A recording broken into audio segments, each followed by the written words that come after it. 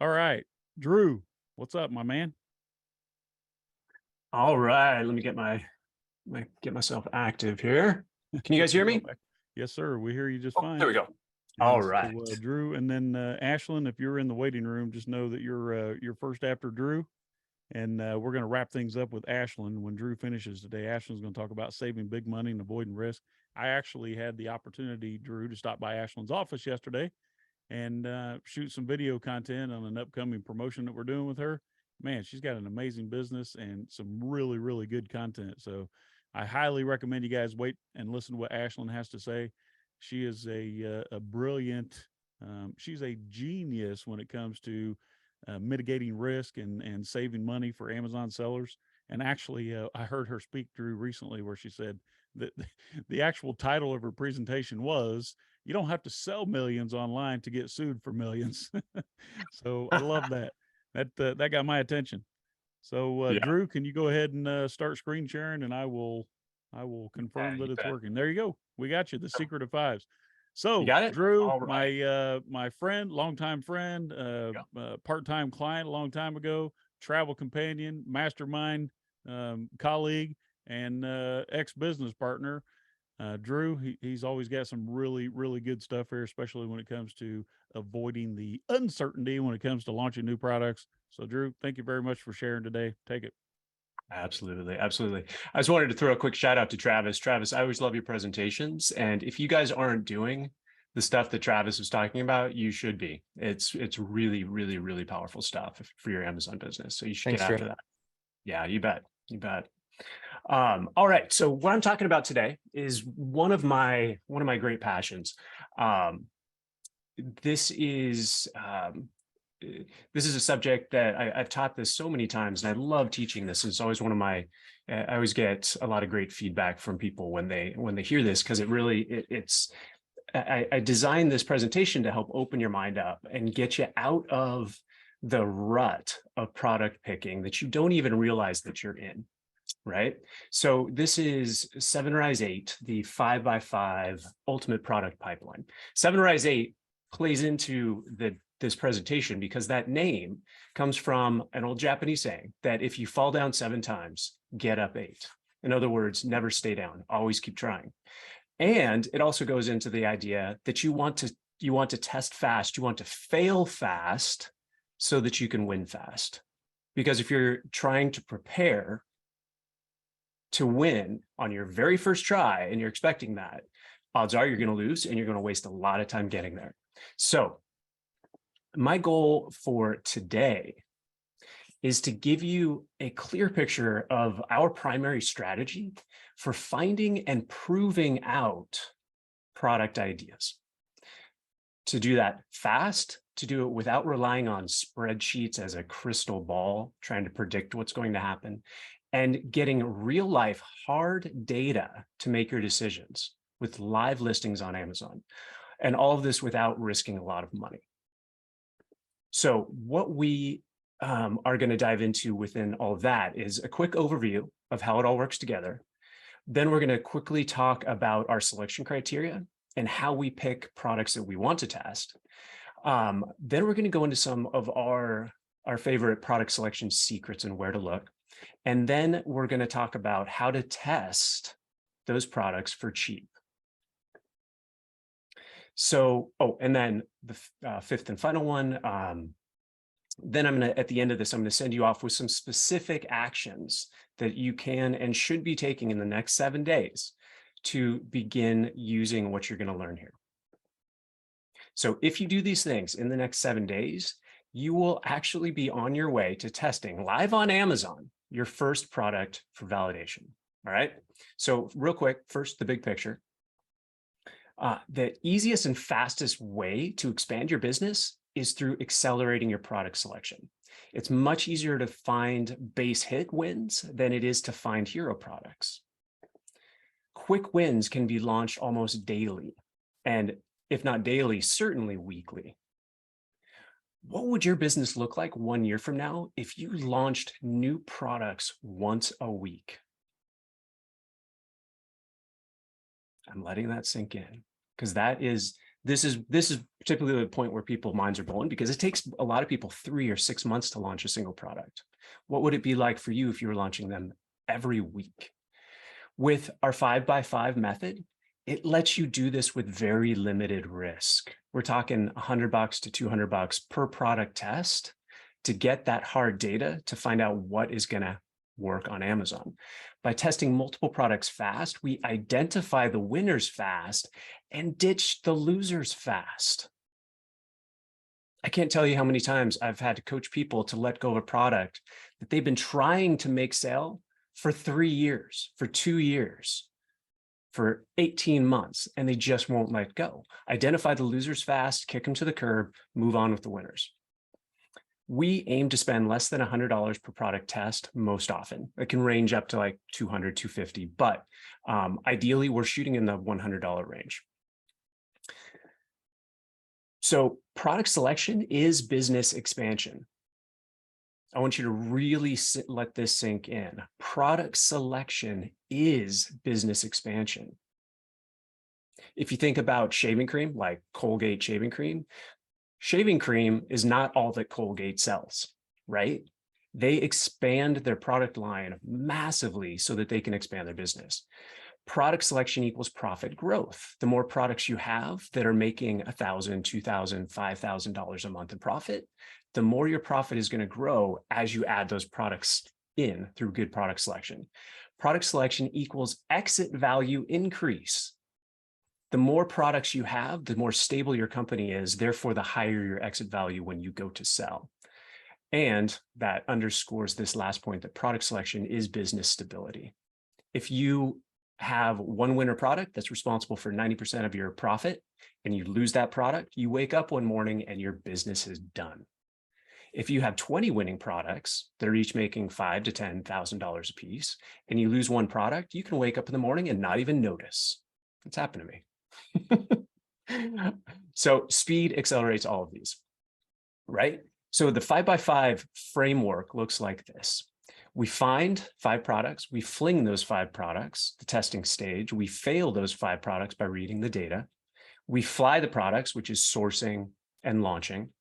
And then we flood the product, which I like to call diabolical demand duplication, which we'll be talking a tiny bit more. I don't have a ton of time in this presentation, but that is the framework that we work within the 5s, right? So first, find. What criteria do we look for? I don't have time to go into this in detail, but if you guys grab these URLs, qfh.io/product-mining-checklist, and then qfh.io/detailed-product-criteria. These will be 2 free downloads for you. You don't have to enter your email, nothing. And you can start to use these and get an idea of what we look for.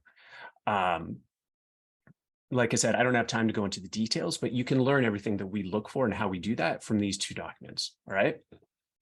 So from there, where do we look? We look off of Amazon, and then we also look offline entirely. I'm going to talk a little bit about how we do this here. And this is kind of the meat of what we'll be talking about today before we get into some of the other stuff. But first, we're going to talk about looking off of Amazon. So online, but off of Amazon. So first thing, one of the places we like to look is online trade shows. So the process of this, what you do is you just go to Google and you type in your product niche. So if you're in the baby niche, you would type in baby products and type in trade association. You can also type in trade shows, things like that.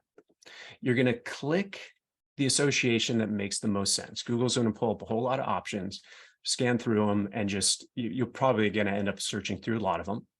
But you're going to find the trade associations that are really that are at the top of the tier for your niche, and you're going to dive into there.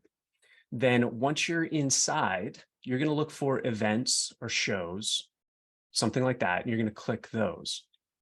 Once you get inside the trade shows, then you can click on individual vendors, and then you can also look for the sections that say things like hot new products, new releases. I love to look in the videos section, because the videos will often be really, hopefully well done video demonstrations that show you how visually captivating a product is, right? So if it's a super cool new product and you see this really cool video, you know it's something that you can, if you were to pursue that product or something similar, you could have an equally impactful video created for your own marketing.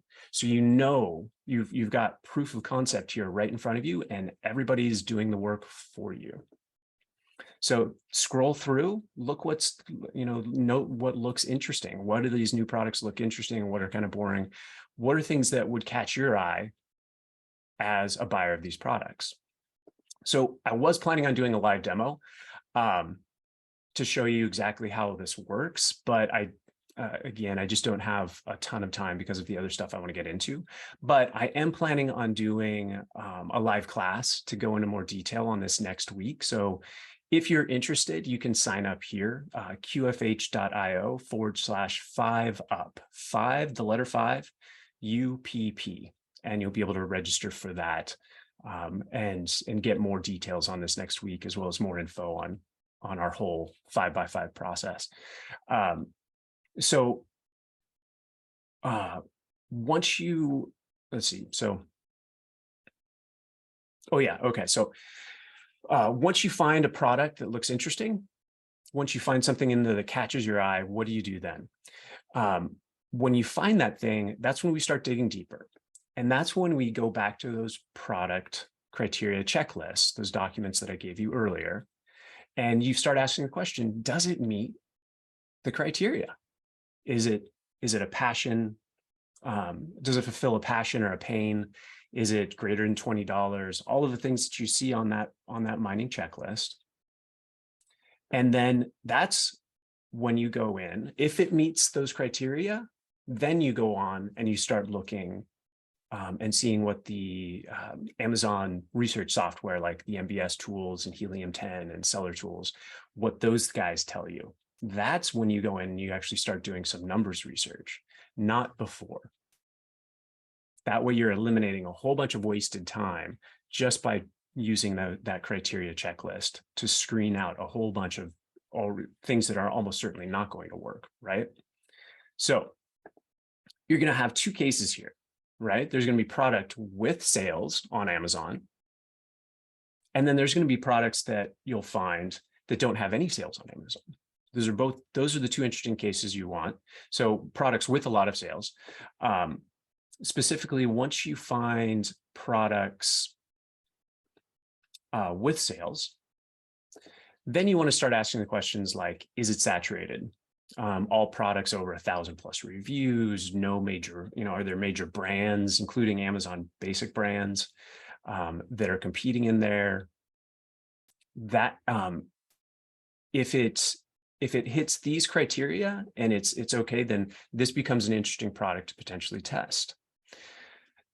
And even more interestingly is the case of products without any sales on Amazon. So these are the things that can be the hidden winners that allow you first mover advantage. So if it has no sales on Amazon, and if there is no one yet selling it on Amazon, and there's a lot of excitement around it elsewhere, this is when this can be an amazing opportunity. So like if you go in, you find this product that looks super interesting on these trade shows or some of the other stuff I'm going to be showing you, but there's no information on Amazon yet. If you go in and you look on Google Trends, you go in and you look on Facebook and for social engagement, etc. You look through all these different platforms. If there's a lot of excitement around it, a lot of comments, a lot of people saying ooh and ah, a lot of people asking, how do I order that? A lot of likes, emojis, things like that. There's a ton of excitement around it, but you're not seeing it selling on Amazon yet. You guys, this is where there is a huge potential opportunity. These are harder to find, but there's a huge opportunity here because nobody else is moving on it yet. And you see that there's a lot of excitement in the general community of people interested in this product. So I want to talk really quickly about also looking off of Amazon, or excuse me. Oh yeah, we're still continuing off of Amazon, but online. So niche specific catalogs. This is another fun place to look. I actually learned this from Sean. So Catalog Monster, endless catalogs. There's a bunch of different ones like this. These are my two favorites. What you're going to do when you go in to these sites, they are true to their name. They are an endless source of catalogs, right? Niche specific catalogs. So you go in there and there's, things on women's clothing, baby products, gift and collectibles, gardening, automotive clothing, pet supplies, office and building, kitchen, all these different niches that you can go in. You can find countless catalogs. What you do when you go in there is you're going to look for things that say bestsellers.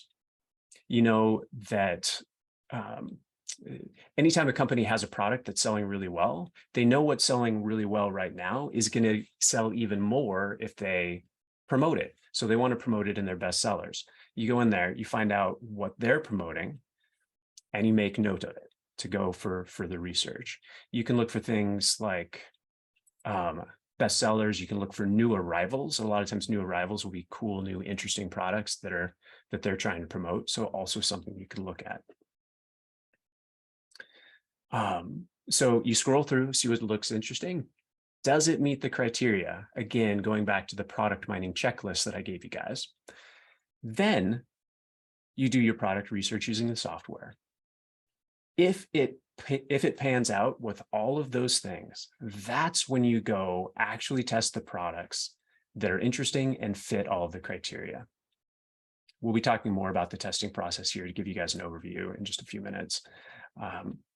So we've talked about online trade shows, online catalogs. You can also go to online specialty stores and do the exact same thing. Look for the bestsellers, look for what's hot, new releases. Sur La Table, Bed Bath & Beyond, Williams-Sonoma, Sharper Image, all these different sites like this are a place where you can be doing product research. Same process of figuring it out.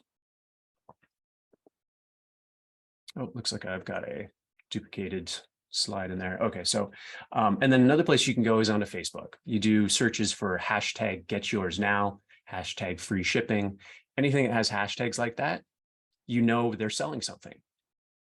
And then what you do is, because not everything in there is going to generate a whole lot of interest, right?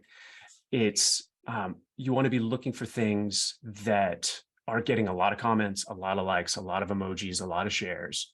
That is the online equivalent of people jumping up and down, super excited about this product.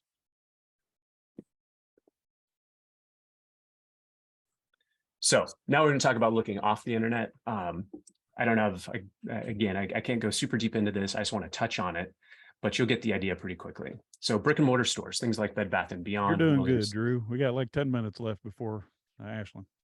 Oh, okay, perfect. I'll have plenty of time then. So looking off the internet, Bed Bath & Beyond, Williams-Sonoma, Sur La Table. What you do is you just walk in the door, talk to the sales clerk, and ask them about what's selling like crazy right now. A great way to do this is you can say, hey, I need to get so you don't have to explain that you're an Amazon seller. You just say, hey, I'm looking for a gift for a friend. Actually, I need two gifts. One's a guy, one's a girl. What's hot right now? What are people buying? What are people excited about? What do you see people asking tons of questions about? The sales clerk is a wealth of knowledge, you guys. So use that, use their knowledge and go talk to these people. And then another way to look off of Amazon are live trade shows where you actually physically attend, buy a plane ticket and actually go. And same idea, you look for where people are congregating, where are people excited. Same process, you note what is interesting to people, then you go in and see if it fits the criteria. Then you go in and use some of the software to actually analyze the data that's on Amazon, right? So that is a fast crash course on 7 Rise 8 style product picking. So now just quickly to cover the 5-5-5 or the 5x5 testing process, we've identified the products. Now what? Now it's time to get a little bit messy. And this is where we go from find to fling. And this is all about testing. This is where we throw mud at the wall and see what sticks. This stage, you guys, is not about profit. It's about data. The data you get is the profit. You're not trying to make money on these test units. You just want to see what sells.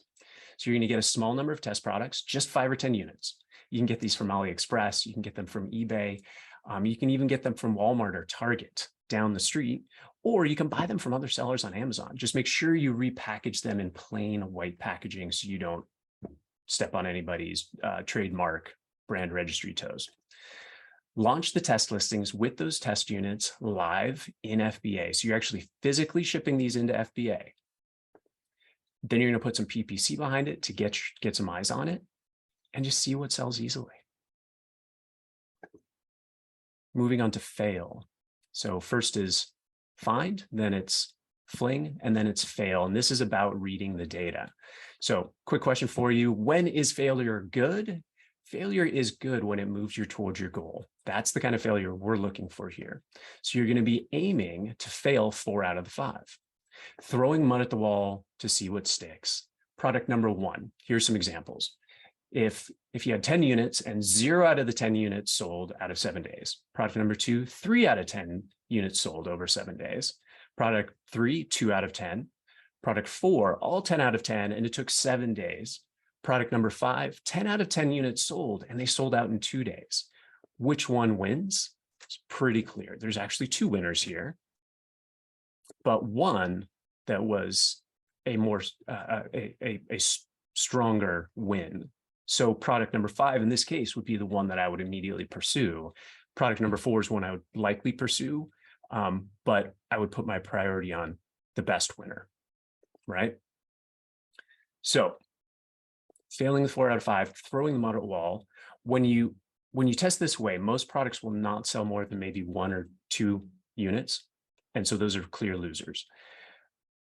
Typically, we see that 1 out of every 5 products we test this way actually sells out of their test units in just a few days, sometimes without even actually initiating PPC. That's when you know you have a really strong winner. You are looking to fail 4 of the 5 so that you can find your one winner. You want to fail 4 times so that you can find the winner. Now that you have your winner, what do you do then? This is where we get into fly, and this is sourcing and launching. Again, if you want to learn more about our methods for doing this, you can register for our free mastery series next week, qfh.io/5UPP, 5 up. But then the 5th stage is flood. And this is where I told you earlier, this is what we call the diabolical demand duplication. And this is where we go in and we use the winning products and the entire supply chain. We just duplicate that into multiple listings that are all successful. And this is what allows you to easily dominate as much Amazon real estate as possible. That's a super fast crash course on the 5x5 framework. Your homework is this. I told you guys I would send you out of here with actionable steps. So day number 1, using any of these methods, identify at least 1 product that fits the criteria. Bonus points, find up to 5. Also on day number 1, order those sample test units of those products with a maximum of $100 spent per product. You can go up to $150. Just keep in mind that the more you spend, the more you're risking. Do this fast, use Amazon or eBay because you want to get those products into your hand as quickly as possible. Then from there, you're going to create test listings. These are bare bones test listings. You aim for the major keywords. You're not spending a ton of time crafting the perfect listing. You just want to get something that has all the major keywords and is fast, but not exhaustive. Put those test units in plain white boxes with labels. So on day 3, assuming you receive them prime and you get them a couple days later, put them into plain white boxes and or bags, throw your FNSKU label on them and send them into FBA.